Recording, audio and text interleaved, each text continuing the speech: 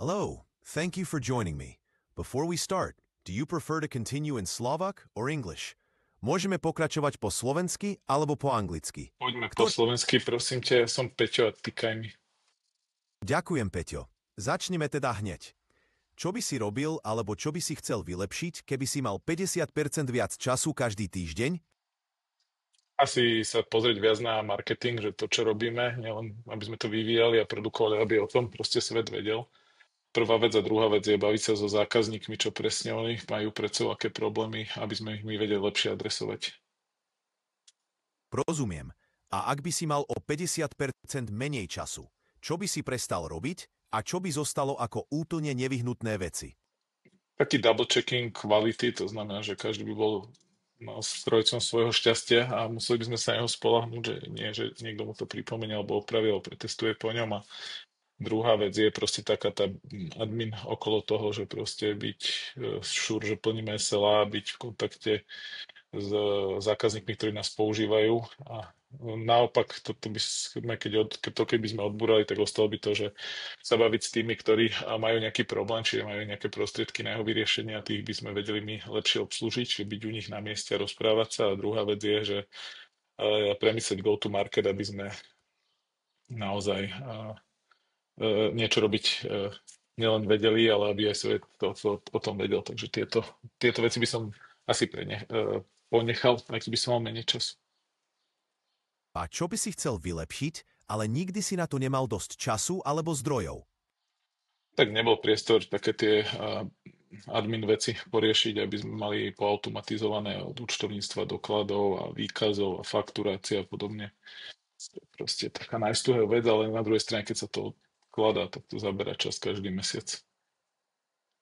Chápem. A čo ťa najviac spomalilo alebo blokovalo v poslednom týždni? V poslednom týždni to bolo zle, lebo sme riešili zákazníkov incident, čiže to nás akože dosť zablokovalo, ktorý sme síce my nespôsobili, ale pre neho bol kritický a v našom záujme jeho bolo čo najskôr to rozbehať, takže sme zadarmo riešili problém, ktorý sme nevyrobili a nevenovali sme sa našim aktivitám, čiže to je také, čo nás brzdilo. Jasné. A keby si mohol niečo zmeniť, aby ste vedeli dodať o 50% viac ako dnes, čo by to bolo? No keď sme mali dodať o 50% viac ako dnes, tak primárne ako fokusovať sa na jeden produkt, jednu vec, ktorú sme posunuli ako milovými krokmi dopredu, lebo nie sme v takom stave, že máme tých produktov viacero a hľadáme, ktorý z nich sa podarí ako keby vyškalovať alebo znovu predať a ktorý z projektov sa premení na produkt, čiže fokus na jednu vec a tam by sa dalo viac dodať. A druhá vec je, keby sme a tým pádom by sme vedeli sa na ňo alokovať seniorné zdroje a mať nejaké juniorné internship zdroje, ktoré by sa venovali takým tým jednoduchším úlohám, napríklad supportu. Rozumiem. Zameranie na jeden produkt. A čo bolo najúžitočnejšie, čo si tento týždeň dosiahol?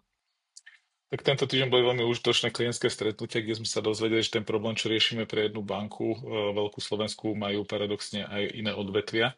Proste v dnešnej ekonomickej situácii každý rieši ako keby smart sizing, čiže mať správny počet ľudí a nejakú smart cost optimization, že nájsť si ako s menej zdrojmi urobiť toho viac a osekať tie nie nevyhnutné veci. Takže bolo fajn rozumieť a dostať sa na ďalších zákazníkov do ďalších industrií, k ďalším ľuďom cez tie naše existujúce kontakty so zákazníkmi. To znie veľmi zaujímavo. Ako posledné, máš nejaký príklad pravidelnej úlohy alebo procesu, ktorý vás frustruje alebo by sa dal automatizovať? Tak jedna z najhorších vecí je, že urobiť si taký ako keby disciplinovaný flow v úlohách, ich riešení, v Gite, v ich reportovaní, aby sme to nielen mali popušované, ale aj vyčistené, aby aj zákazník tušil, čo je ešte rozrobené, kedy sa to dodá a súčasne sa z toho automaticky generoval nejaký výkaz prác, ktorý by nám platil bez toho, aby sme ho museli ručne skladať a každý mesiac si s ním vyjasňovať a fakturovať. Toto by bolo dobre, keby sa dalo zakilovať. Rozumiem. Automatizácia takýchto procesov by určite pomohla. Ak by si mohol zmeniť jednu vec, aby ste sa posunuli vpred rýchlejšie, čo by to bolo? Asi mať podpísaný jeden ďalší kontrakt a nie rozrobené 3 s vysokou pravdepodobnosťou. Ďakujem za tvoje odpovede. Na záver, na škále od 0 do 10, aká je pravdepodobnosť, že by si tento rozhovor odporučil kolegovi alebo priateľovi? Prečo? Asi by som dal osmičku, bol dosť rýchly, svižný, že tie otázky boli k veci, aj ty si reagoval na to, čo som ja hovoril. Možno by to chcel dlhší rozhovor, preto ma zaujíma, že čo sa bude diať ďalej, keď toto skončí a ako toto dostať možno k ostatným členom týmu, že by sme potom mali odpoveď naraz od 10-20 ľudí a rovno by tie najvypuklejšie symptómy, nielen symptómy, ale teda možno aj ich príčiny, sa prejavili a zosumarizovali bez toho, aby sme sa museli teraz 20 one-to-one rozprávať. Ďakujem za spätnú väzbu. Hneď po prihlásení dostaneš prehľad a prepis s možnosťou zdieľania URL odkazu, takže to môžeš zdieľať s tímom. Chceš ešte niečo dodať alebo sa na niečo opýtať predtým, než skončíme? No zaujímalo by ma teda, že koľko to stojí, alebo teda ako to tým ľuďom do týmu dám, ako ja potom dostanem vlastne sumár aspoň v jednej vete.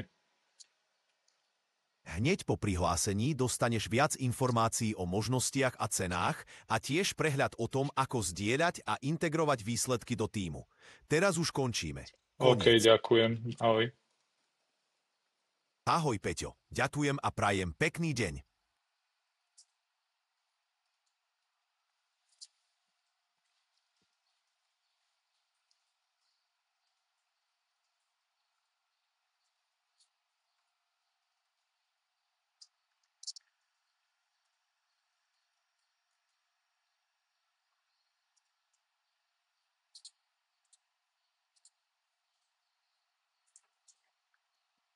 Hello. Art, do you prefer to continue in Slovak or English? Môžeme pokračovať po slovensky alebo po anglicky. Poďme po slovensky, prosím ťa, ja som Peťo a týkaj mi. Ďakujem, Peťo.